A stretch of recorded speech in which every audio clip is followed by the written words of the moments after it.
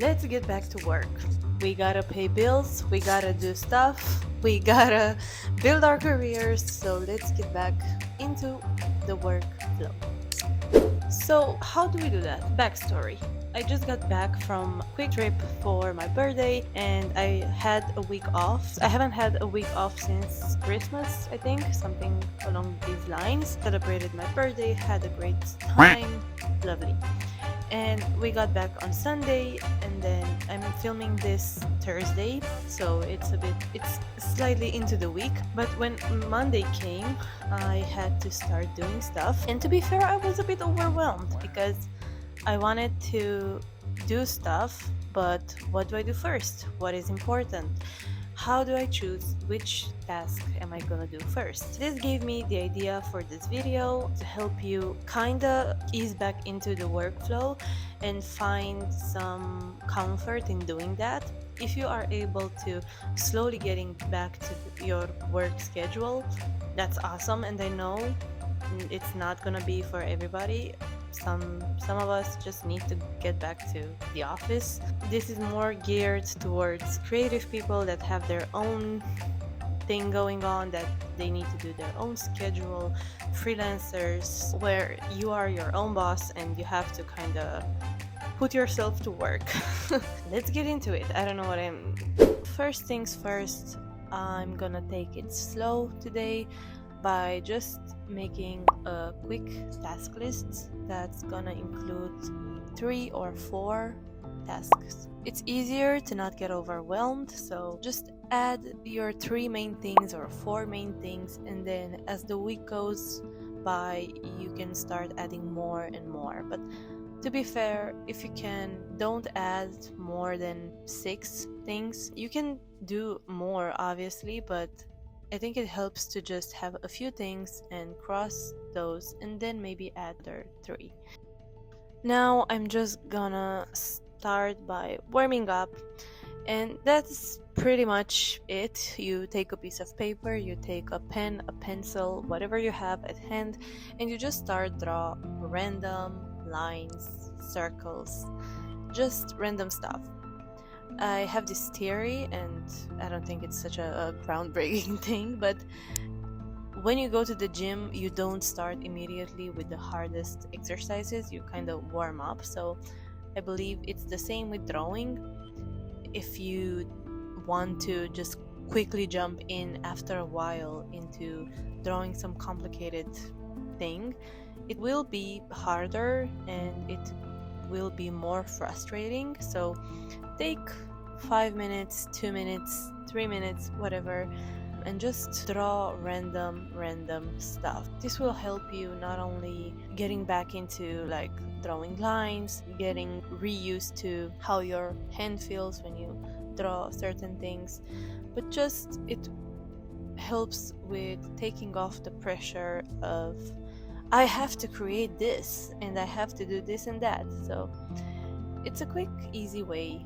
It's all about taking it easy and honoring your journey back to work. Now on to the coloring part of my task list. I have this illustration that I've started before Easter, Embrace Your Magic, and it's a floral, kind of whimsical illustration. And I started coloring it in before, but I kind of just stopped. Today we're gonna color that in, and I don't know if I'm gonna finish it, but I want to start, I want to color, at least finish the coloring, and then save the details for another day. Lately I haven't been able to paint as much and draw as much, and I miss it. So as I'm getting back into work mode, I want to make it a priority to draw at least once a day, and it doesn't have to be like a full on. Also, I'm prioritizing my business. I've never been, or at least I never thought I've been a businesswoman, and I've never considered myself one, but I'm realizing more and more that I need to start telling myself that I am a businesswoman, that I am someone that knows how to do business. It's a one-woman show, And much as I love drawing, I have to be able to do this other part that actually supports my drawing. Selling the things that I do and creating services, creating programs, maybe creating tutorials. It's important. It's a big part, and the more I think about it, the more I realize that it starts with you, and it starts with the stories that you're telling yourself. So I know that for a big chunk of this creative journey, my story was I just love drawing. I don't want to have to do anything with the business side. I'm not good at business. I'm not good at marketing. I'm not good at selling. I feel weird talking about what I offer, and it doesn't help. No one's gonna come and save your business. So I think it's up to us to change the stories. And it's a long process, I'm not gonna lie. It's free to come up with another story. It's free to challenge your current story and be like, what's the proof that you're not a good businesswoman? The more I search and the more I ask myself that, the more I realize I don't actually have much proof. If I don't have much proof, what if I can tell a different story about myself? Say something along the lines of, you know what, I'm making progress and I'm learning, I'm getting better. I don't know what's your experience with this. I would be glad to read in the comments. What stories have you been telling yourself? I'm passionate about the brain. I know it sounds like what, but I'm passionate about how we function and how we're just little magic beans, complicated magic beans that learn different stories, and most of the times it's not even our own voice that tells that story. It's voices from our parents, society, different people that have no business in our life, but we just think we listened to those at a moment in time when we were very impressionable, and that stuck with us. And you just go on autopilot, and you go and you go, and you might be like, I want to do something different, but I don't know how, or I don't know why I'm not doing something different. I understand what I'm doing wrong, but how can I change? Thanks to therapy.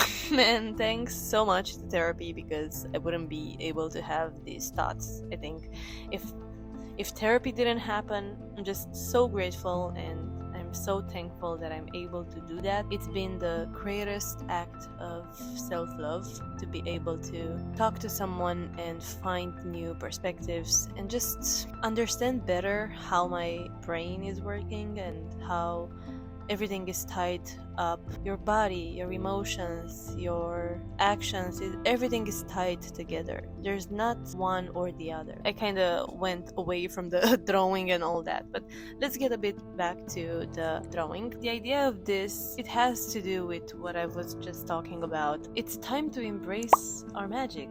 It's time to embrace your magic. That means looking for the things that make you special, make you unique. For you, it might seem like random stuff, like yeah, that's just a thing I do, but for a lot of other people it might be super special. I think because we are so used to doing the things that we're doing, we stop realizing that not everybody can do the things that we're doing. For example, I draw, and for me it's super basics what I do. It's what I've always been doing.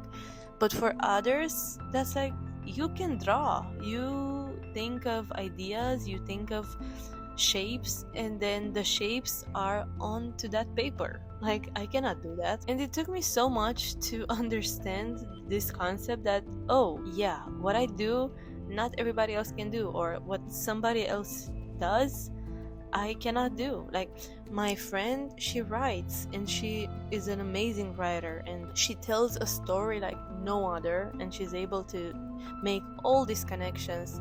And I'm like, how? I feel like whenever I sit down to write a blog post, I'm like, ugh, what am I doing here? How am I forming a sentence? You know? So start becoming aware of what's your own thing and your own voice, and how you tell things. It's unique. Even if there's 3 people doing the same thing, each and every one is gonna tell a story slightly different. And in a more unique way. So this is the story behind this illustration. And the florals is just, I just love flowers. I love drawing flowers. I am always drawn to drawing flowers. I'm gonna do that. Why not? I am thinking about putting this design on a canvas. I wanna do some postcards, maybe some stickers, and I was thinking even maybe a t-shirt, but I don't know, I need to work with the shape of the design so it makes sense on a t-shirt. Then I really wanna do some tote bags. I miss doing tote bags. It's just such a fun way to wear the designs, to put the designs, and it's obviously cheaper than creating a t-shirt, because yeah, as much as I love creating product can get expensive to create. Anyways, this is a very rambling video, so I'm gonna stop for now and just let you enjoy.